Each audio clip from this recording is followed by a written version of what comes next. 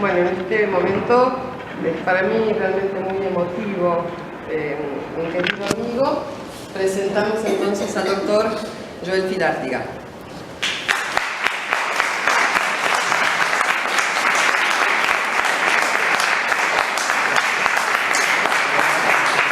El doctor Filártiga es por muchos de ustedes muy conocido, pero más allá de su fama internacional, que como todos saben llegó a que Hollywood se ocupara de su extraordinaria vida en la película que encabezó Anthony Hopkins, antes, durante y después del periodo de Stroessner, continuó con su actividad, por lo cual se lo reconoce como el filántropo de Paraguay. Es una figura realmente excepcional, que toda su vida la ha dado para el impulso. En estos días, 2 días, he conversado intensamente con él.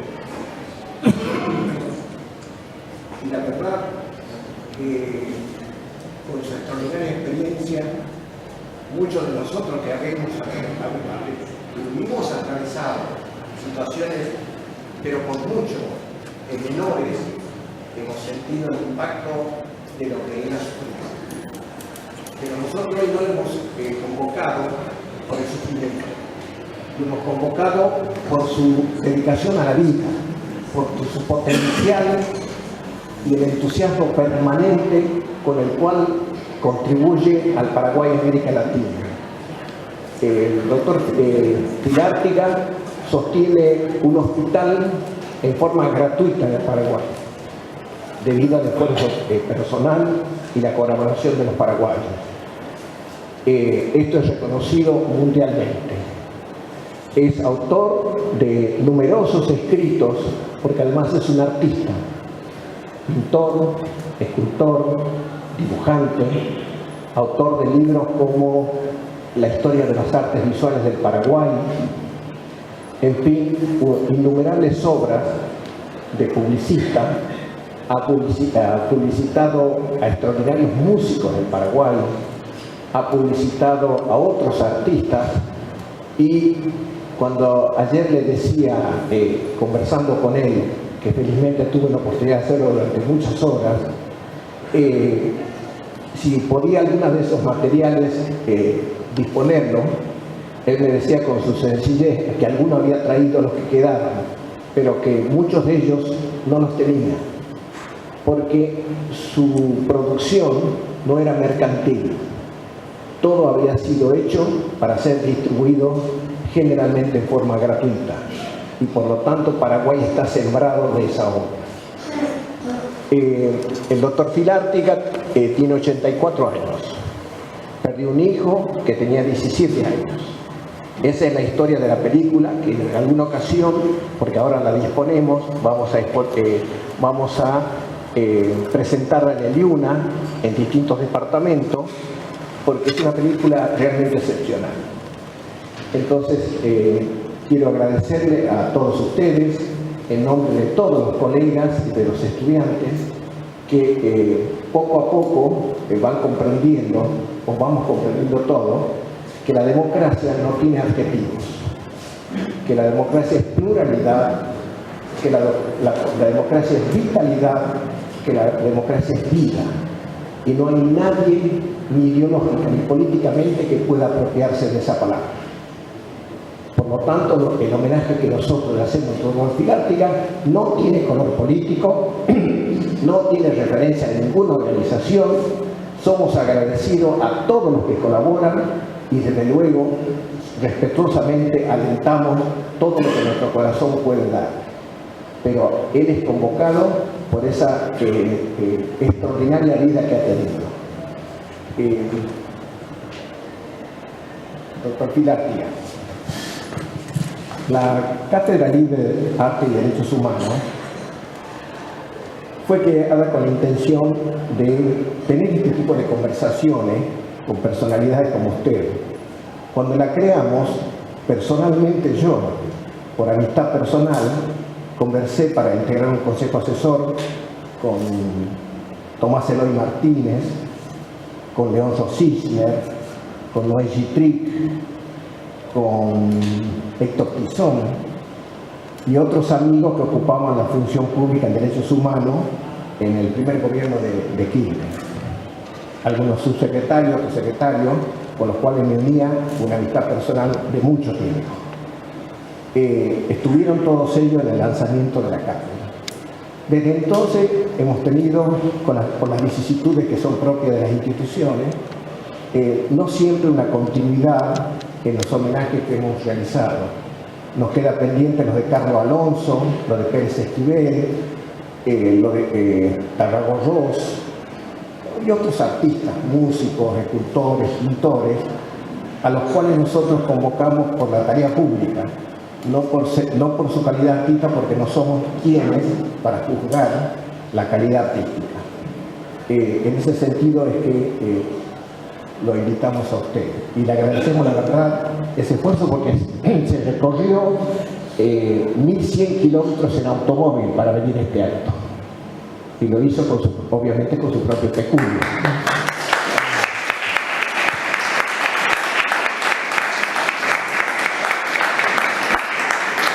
Entonces me gustaría, en una pequeña conversación, que nos vaya contando su vida, porque todos sabemos, los que hemos leído su historia, que usted proviene de una familia de indudable jerarquía social, para decirlo así, en forma casi tosca, del Paraguay.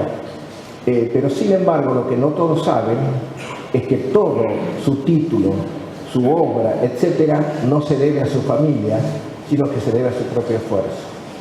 Entonces, me gustaría que nos cuente cómo fue esa experiencia de iniciarse en la universidad, pagándose sus propios estudios, construyendo una familia en el primer año, teniendo una hija en el segundo año, haber trabajado vendiendo carne para poder sostenerse desde los 16, 17 años.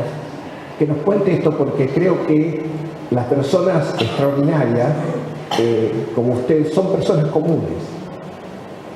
Personas comunes que han logrado hacer de lo simple algo extraordinario. Buenas noches. Voy a tratar de explicar algo muy explicable. Yo vengo de una familia muy rica del Paraguay, muy conocida. Mi tatarabuelita firmó la acta de independencia del Paraguay. Mi tatarabuelo fue el alcaide de Balcón de Pablo Díaz de Francia. Fue el que le opusió a los independentistas traidores del Paraguay que iban a agregar al Paraguay al Río de la Plata.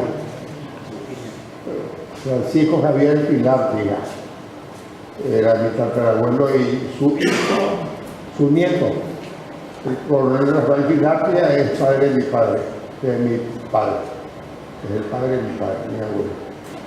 Fue el ayudante del general Darío Caballero en la guerra de la Triple Alianza, y mi abuelo fue uno de los pocos que sobrevivieron a la batalla de los niños de Acotayú, fue el comandante de los niños de Acotayú.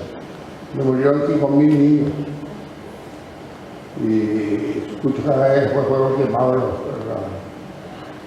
Y mi padre fue también héroe en parte de la guerra de la Triple Alianza, la guerra del Chaco, donde está el Darío Compani con la Shell, usando soldados descalzos, pelearon por el petróleo en 1932-35.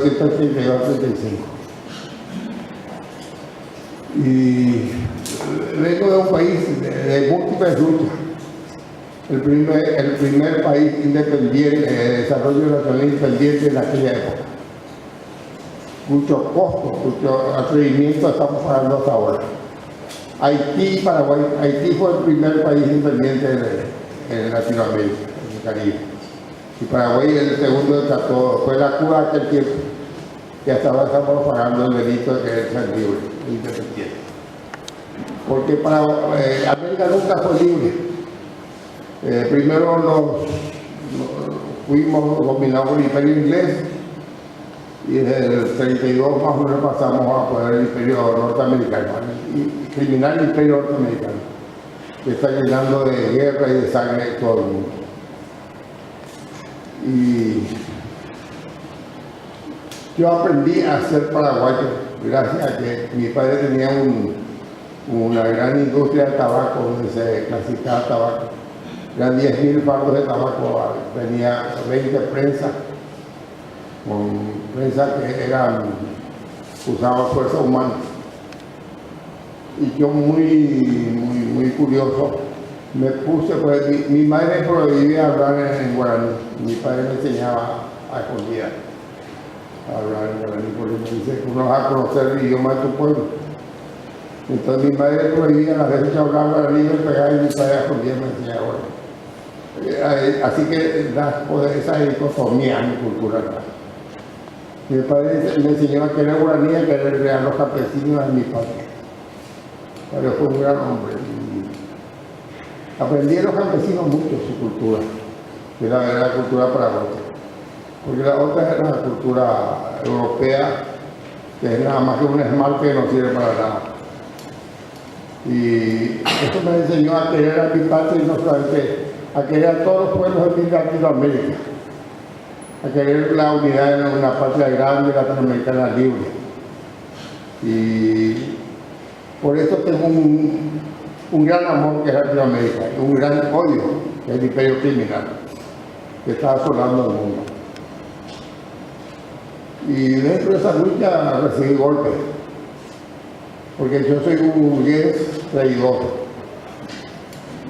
que no defiendo la causa de los privilegiados. Eso se paga caro. Y pagué con sangre mía. Fui 16 veces preso, 6 veces torturado, una vez 6 horas inconsciente. Tengo solamente un riñón y tuve que hacer 16 diálisis. Y salí otra vez a diálisis, porque el que se hace diálisis ya queda con la diálisis para la poca vida que le sobra. Y soy un sobreviviente. Y ayudé a muchos argentinos a salir de la Argentina durante la dictadura militar. Y tenía una suegra en Posadas, que es la hija de Pepe Puch, el que cavando un pozo en la plaza del Curry de Badalla, le salió petróleo.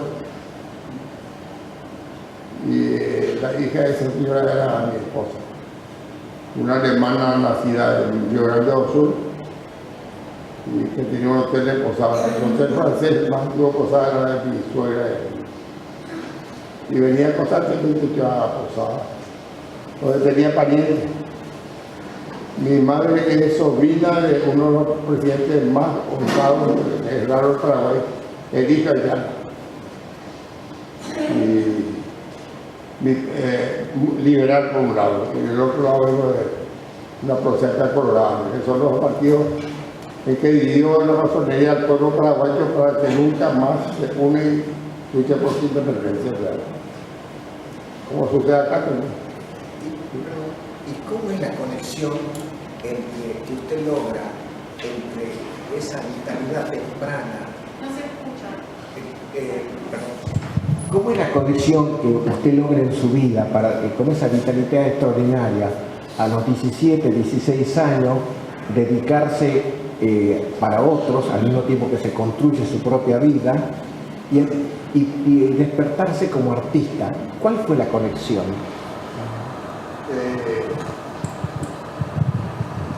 Nosotros vivíamos muy aislados, 170 kilómetros de capital, en un pueblo que no tenía ruta. Se salía ya a caballo o en surco hasta 40 kilómetros de ahí, donde había una estación de ferrocarril que era la única ruta por la cual se llegaba a Houston. Y cuando yo tuve 5 años, no, 3 años, Asunción, y a los 3 años, cuando yo tuve 3 años, terminó la guerra del Chaco. Me acuerdo que los soldados desmovilizados venían sobre los trenes, porque los trenes no daban lugar para que los soldados movilizados recuperaran sus pueblos donde vivían.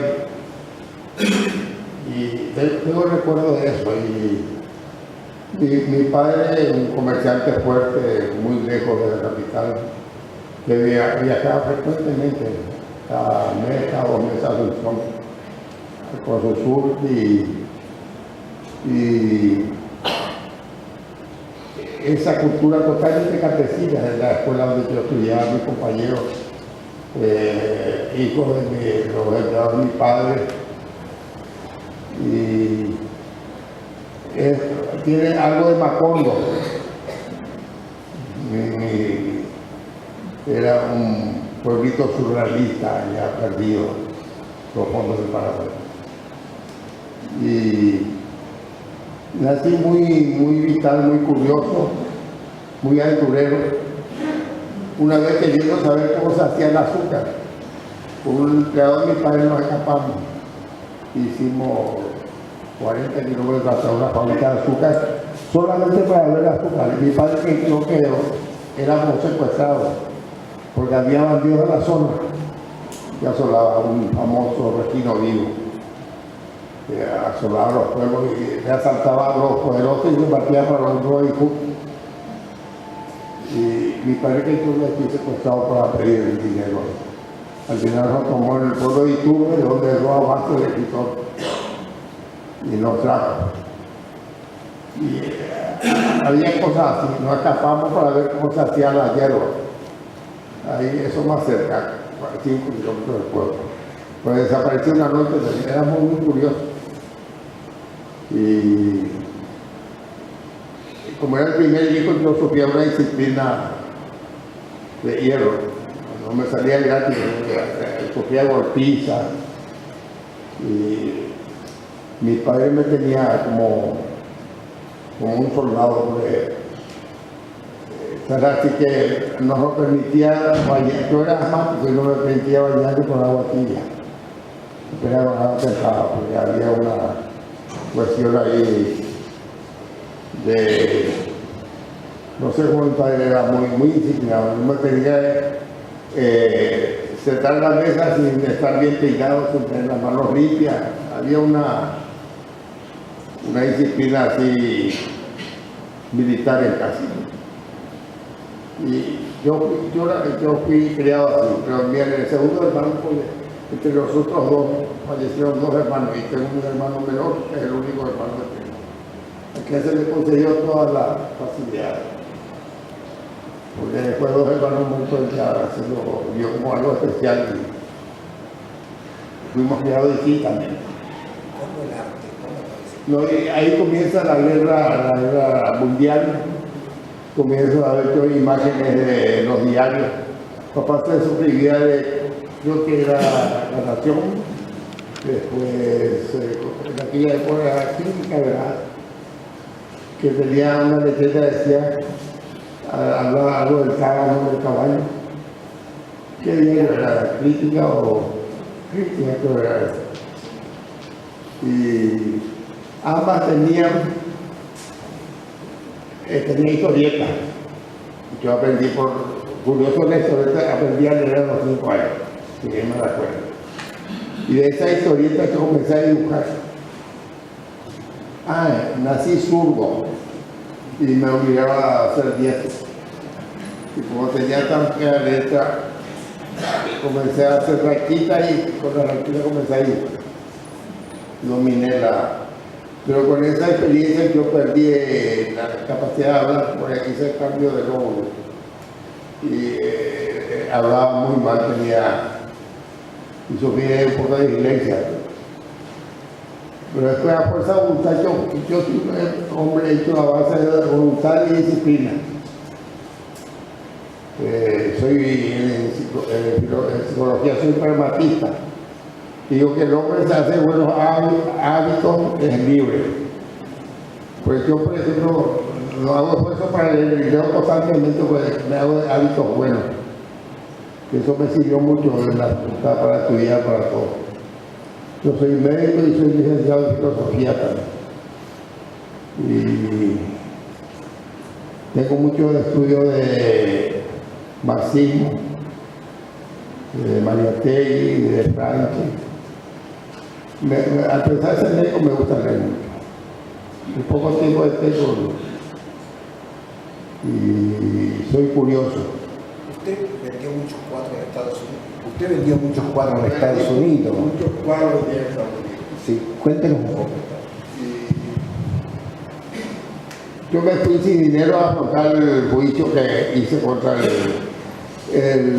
bueno, voy a explicar más o menos el juicio de mi hijo. Fue como aquella novela del juicio de, ¿cómo se llama? De escritores y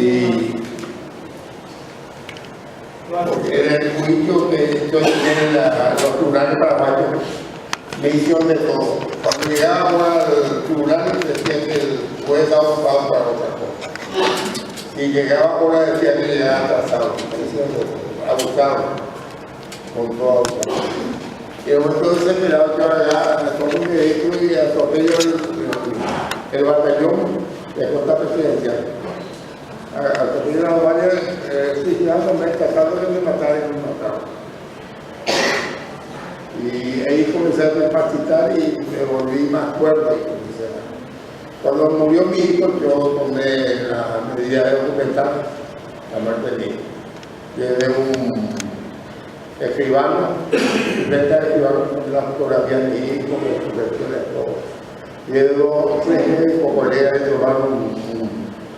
hice una descripción de toda un acta de levantamiento de cadáver, con el detalle de todas sus lesiones, porque el médico del gobierno puso todo escandalosamente falso.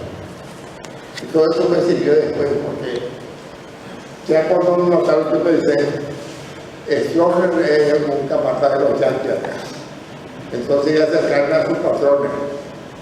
Voy a poner mal al mal capataz. Me acerqué a la embajada mexicana y por suerte conseguí apoyo a través de un historiador, Richard Radway, que vino allá a Quedabrazo para escribir un libro sobre la patrullería de Francia. Y él vivió en casa 2 años, entonces busqué a su amistad. Y él vino, él era profesor ayudante de la Universidad de California, en Los Ángeles. Y él vino a vivir conmigo 1 año. Y eso me sirvió mucho. Ya después de mi suicidio frustrado en la país, me ayudó y me abrió las puertas porque tenía conocidos y parientes de Washington y llegué yo hasta el senador Kennedy, Edward Kennedy. Se llamaba George Lister, era el encargado en el Departamento de Estado para Paraguay, Bolivia y Uruguay. Cuando me conoció, él me dio todo su apoyo y me dijo, vamos a sacarlo a Schorrer. Y yo no quería tanto, pero después tuve una entrevista con el presidente Carter, y Carter me dijo, yo no puedo sacar a Schorrer con armas ni un. Le dije, lo que hace falta. Yo recuerdo, córtenle los créditos, porque usted le mantiene la zona. Toda la historia de trabajo. Tengo referente de, por ejemplo, hay un grito de Juanito torturado en uno de los cuadros. Y poco al mismo tiempo el grito de dolor del Maricalote muriendo en Cerro Morales. Ya no está esa parte. Y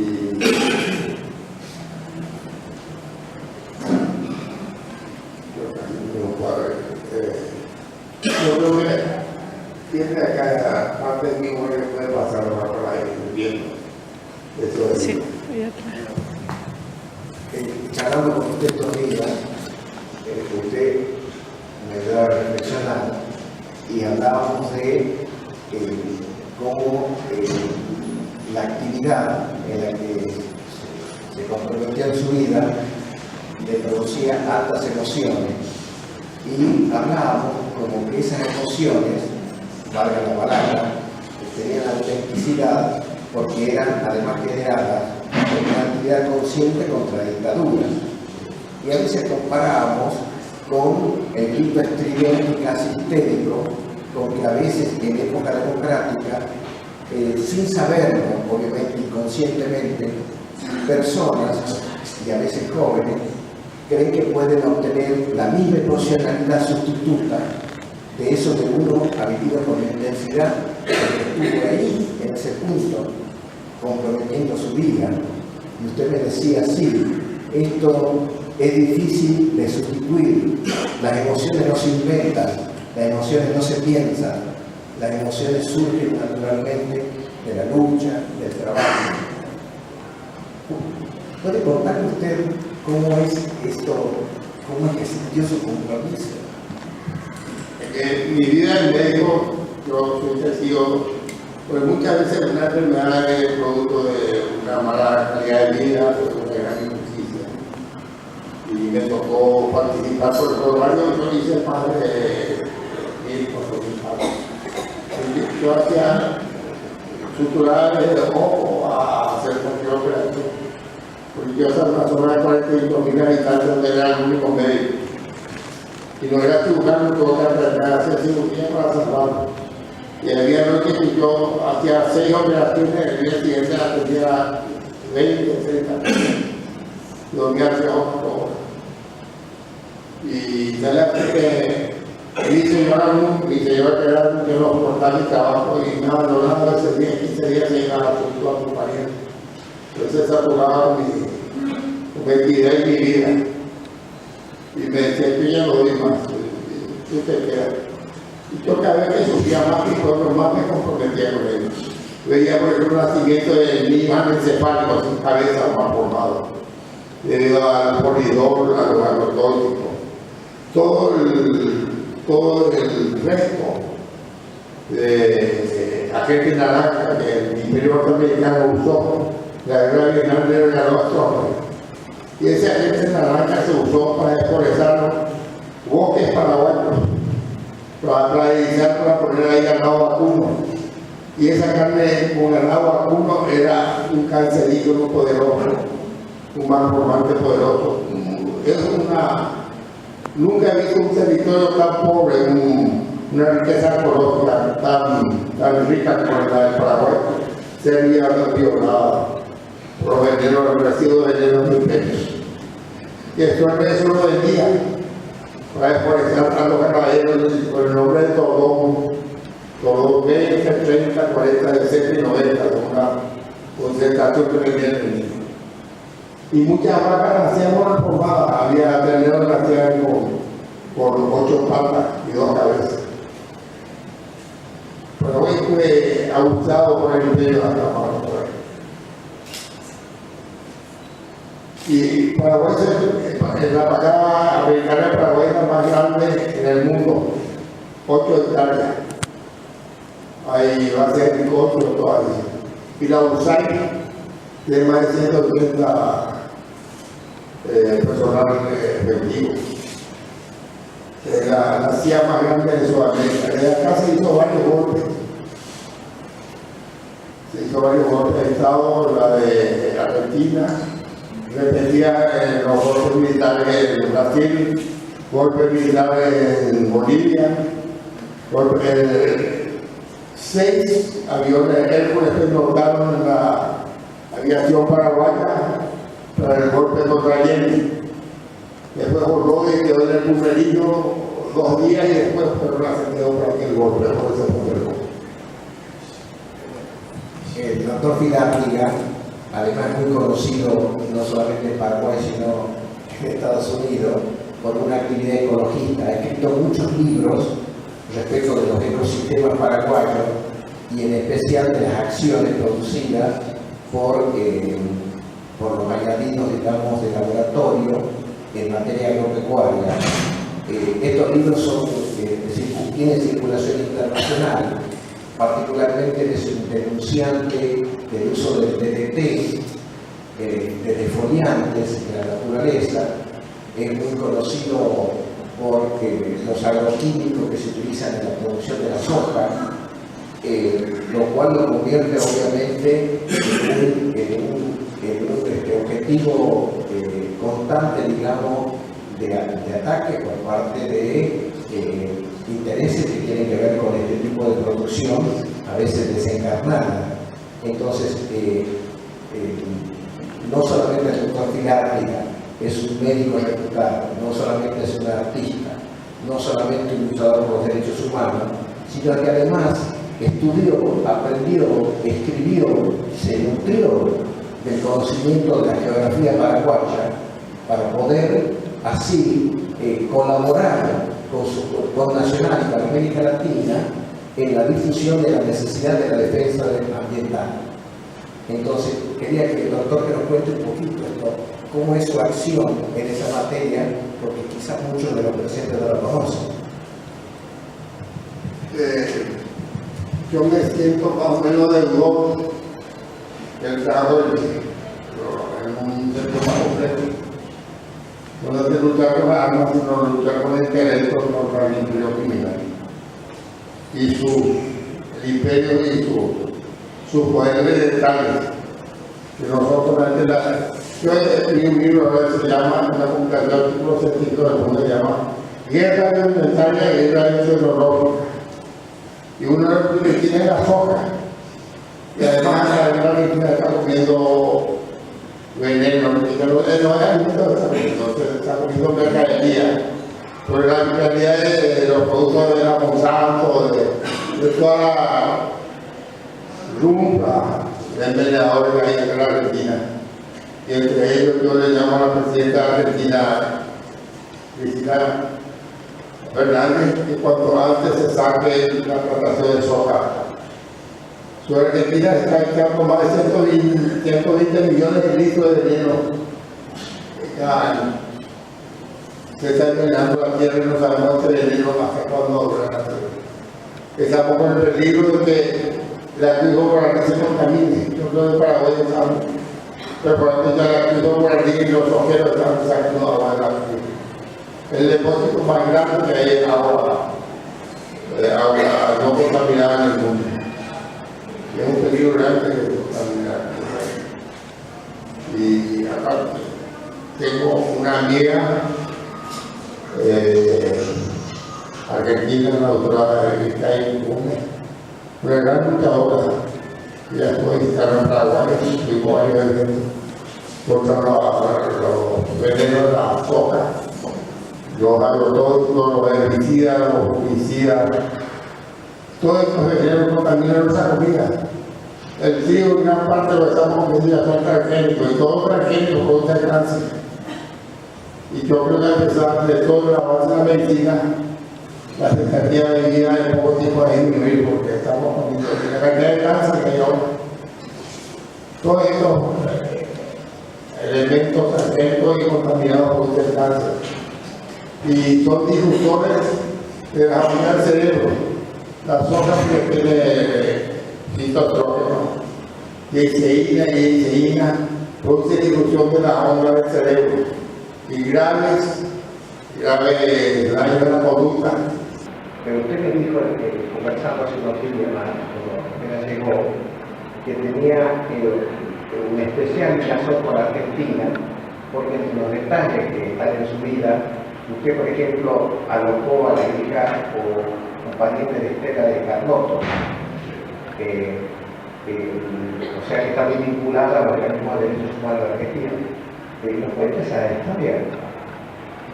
El hermano de Estela Carlotto, era el Barney, que estaba casado con la prima de mi esposa. Y yo constantemente me encargado de producción de plástico de Junín. Y yo venía constantemente varias veces en la Junín. Y ahí yo conocía a Garpani, había dibujante de Garpani, y el aeropuerto lo tengo en la sala de mi casa. Y la hija de Carlotto Barney, que es la madre de Carlotto, Claudia, yo lo hice pasar al Paraguay y lo estuve conmigo en mi casa. Y a muchos años yo perseguí. Algunos de quienes no sabían el nombre, pero lo tenía en control de mi casa. Y yo lo hacía pasar y lo llevaba hasta Curitiba. Entonces se encargaba que te hacer un día para llevarlo hasta Suecia. Y yo creo que a Eduardo Alejandro no sabía el nombre, pero le llevé a gente de Cristo. Y tenía protección con a gente de la Marina Paraguaya a quienes le pagaba y él le hacía pasar, lo llevaba yo no que era mi alma. Y Jorge Marcos era el esposo de Claudia, que perdió Claudia, que lo tuvo conmigo en casa. Y que se hicieron contar con general argentino que estaba buscando gente de la Argentina de la región.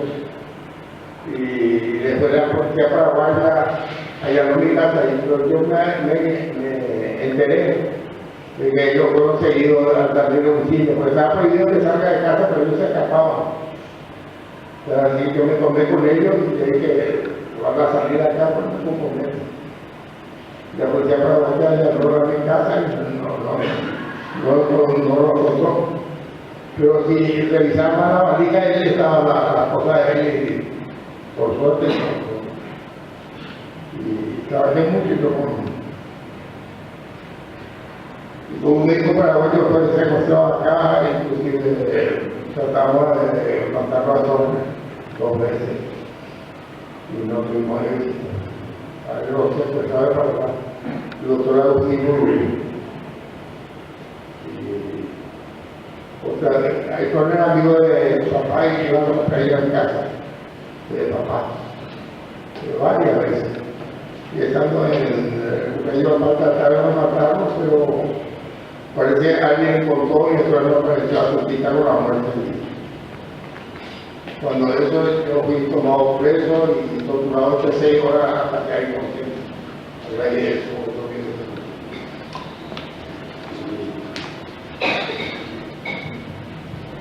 Bueno, ¿usted quiere contarnos algo más, doctor? Ya de por sí, así como para nosotros una satisfacción tenerlo acá, quizá un poco desordenada la conversación, a las personalidades que deben ser estimuladas y anuladas, más allá de posibles diferencias que pueda tener cualquiera con cualquiera. En ese sentido, la verdad, yo le agradezco muchísimo en nombre de todos los colegas, los directivos de la universidad que haya venido. Nosotros tenemos simbólicamente, digamos, un pequeño diploma que se lo vamos a entregar ahora. Bueno, doctor, este es el pequeño recuerdo que está firmado por nuestro señor decano, ¿cierto? El reconocimiento está a su nombre, le reconocemos su presencia,